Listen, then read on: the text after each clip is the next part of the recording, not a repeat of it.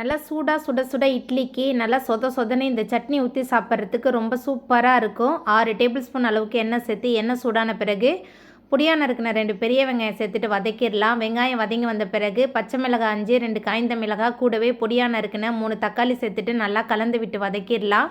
வெங்காயம் தக்காளிலாம் நல்லா வதங்கி வந்த பிறகு 3 டேபிள் ஸ்பூன் வெள்ளை உளுத்தம்பருப்பு சேர்த்துட்டு அதையும் நல்லா கலந்து விட்டு வதக்கிடலாம்.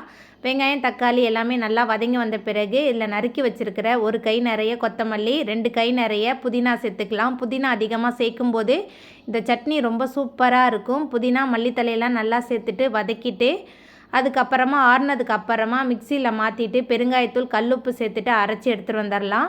தாளிக்கிறதுக்கு 2 டேபிள் ஸ்பூன் அளவுக்கு எண்ணெய் சேர்த்து எண்ணெய் சூடான பிறகு கடுகு உளுத்தம்பருப்பு சேர்த்து நல்லா புரிஞ்சதுக்கு அப்புறமா மிக்சியில் சேர்த்து அரைச்ச கலவையை சேர்த்துடலாம். அதுக்கப்புறம் நல்லா கலந்து விட்டுட்டு நல்லா சுட சுட இட்லி தோசைக்கு வச்சு சாப்பிட்றதுக்கு சூப்பராக இருக்கும்.